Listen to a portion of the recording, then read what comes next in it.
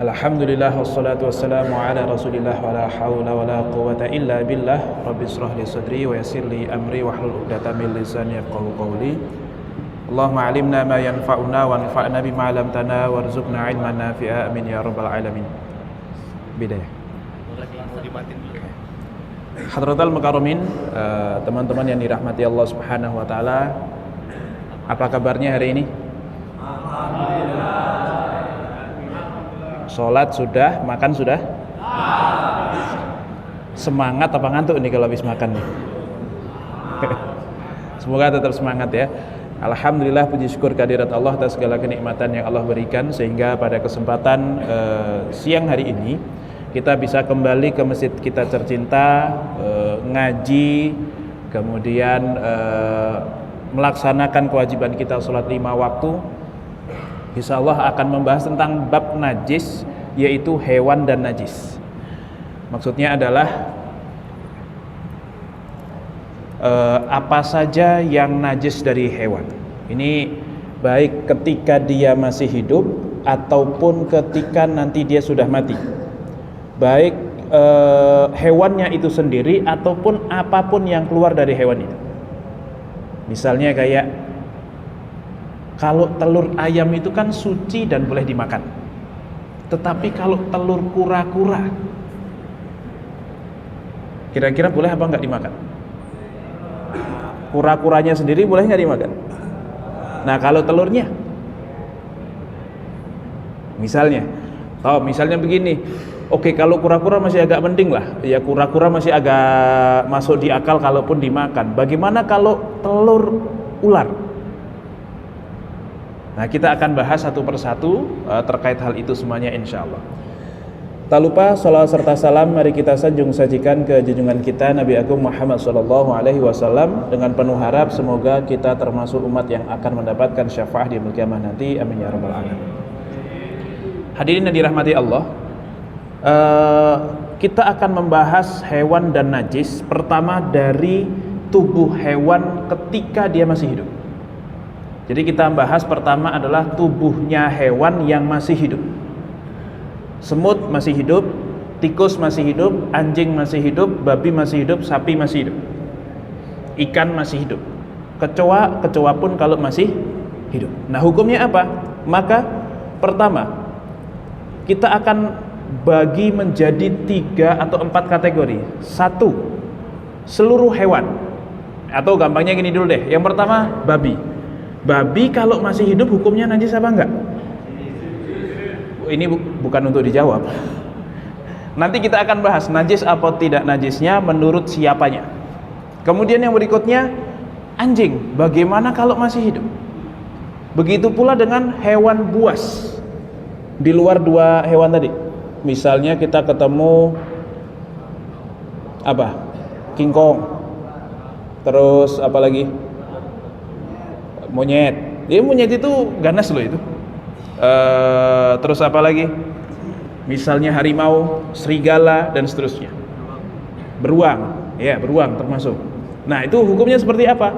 Kemudian yang terakhir adalah seluruh hewan kecuali itu semuanya.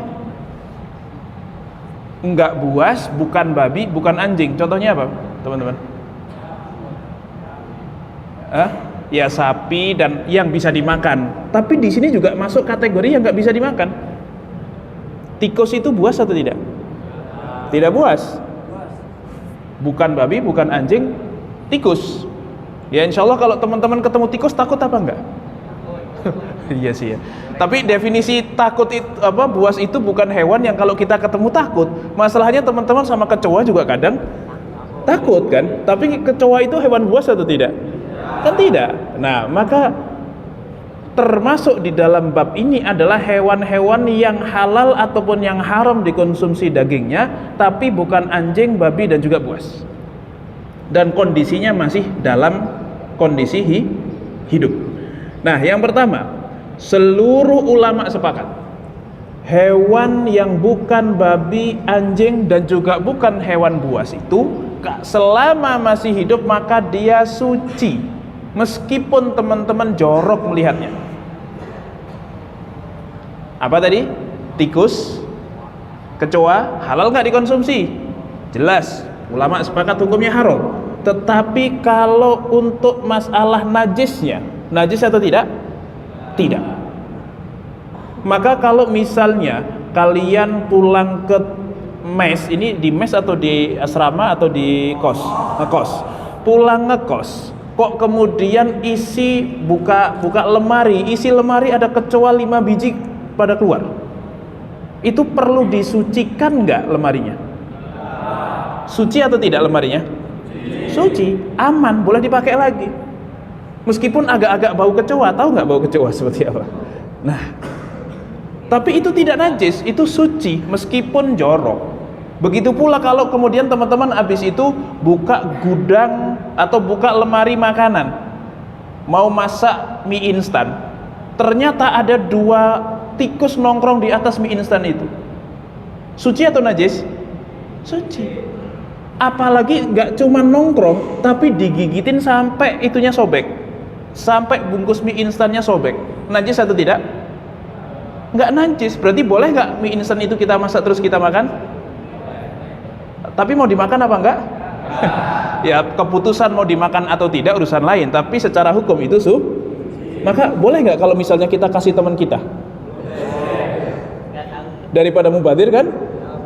Suci, tidak najis, insya Allah yang aman, tidak beracun. Daripada mubazir mending kasih teman aja, karena teman ini suka sekali sama mie instan, udah kita kasih saja dia, tapi dalam bentuk sudah kita masakin saja gitu.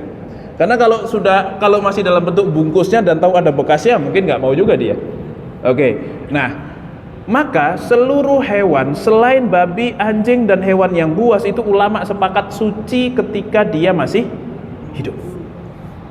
Oke, coba kira-kira apa lagi, hewan apa lagi di dalam benak kalian yang oh berarti ini suci, itu suci? Apa kira-kira? Cicak suci atau tidak? Selama masih hidup suci. Maka misalnya teman-teman masak tadi mie instan, masak 10 biji karena kebetulan piket di kos tersebut dan kemudian dipasrahi untuk masak mie instan. Tiba-tiba ada cicak jatuh di tempat kuali itu.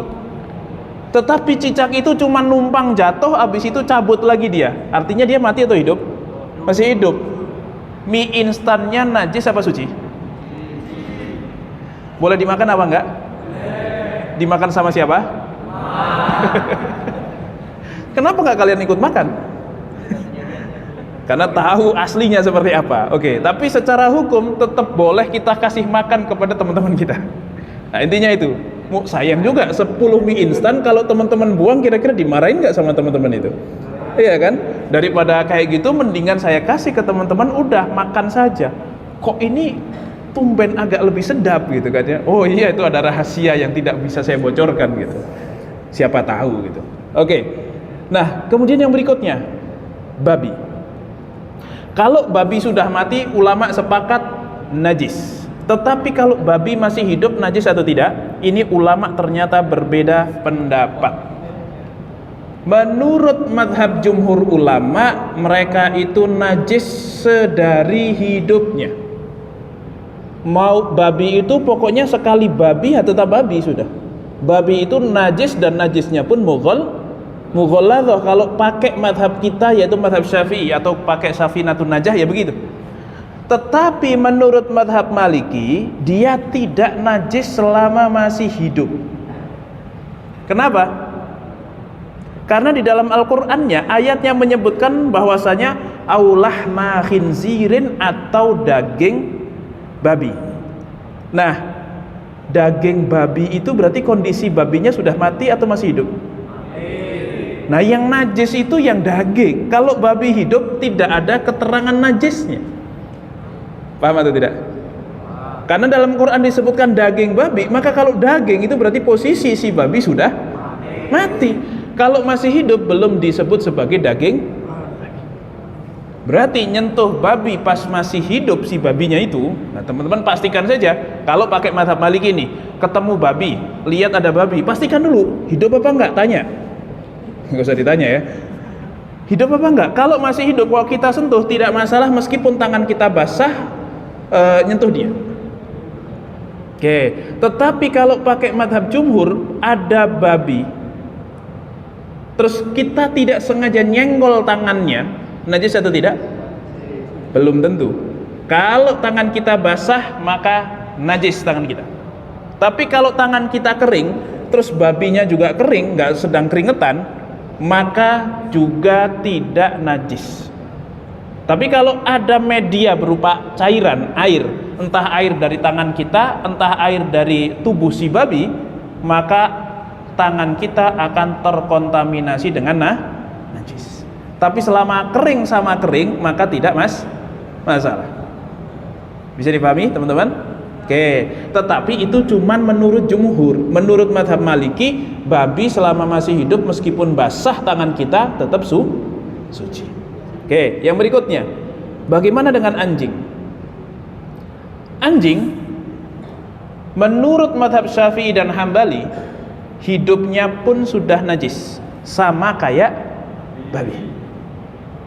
Tetapi menurut mazhab Hanafi, yang najis cuman air liurnya saja. Tentu kotorannya ulama sepakat, kotoran anjing babi najis sudah. Tetapi ini ngomongin tubuhnya. Kalau cuman tubuh belum najis, yang najis cuman air liur. Kenapa? Karena yang disebutkan di dalam hadis itu cuman air liurnya, bukan anjingnya. Sedangkan menurut mazhab Syafi'i,